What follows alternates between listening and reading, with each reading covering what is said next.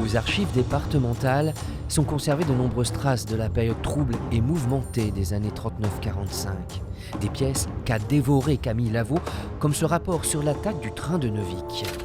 À 18h, les 4 inspecteurs désignés pour convoyer le wagon vinrent relever les 3 premiers et se mettaient Pour composer les personnages de son premier album, Camille Lavaux s'est nourri également de ses fiches d'inscription d'une association d'anciens résistants.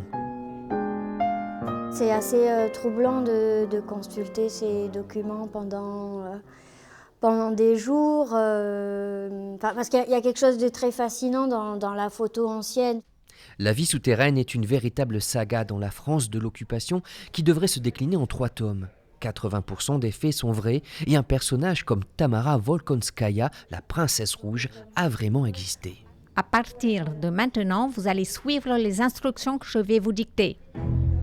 En plus de ses planches originales, l'exposition nous dévoile la passion de Camille Lavaux pour l'univers du cinéma, à travers ses affiches imaginaires, ses répliques légèrement fantaisistes de publicité et même plusieurs courts-métrages tournés à la façon de bande-annonce.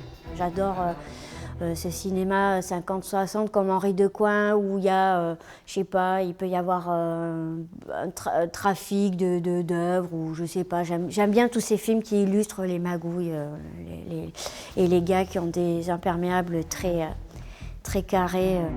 L'exposition aux archives dure jusqu'au 26 novembre. Camille, elle, sera présente ce week-end sur le festival BD de Bassillac avec quelques exemplaires en avant-première de sa vie souterraine.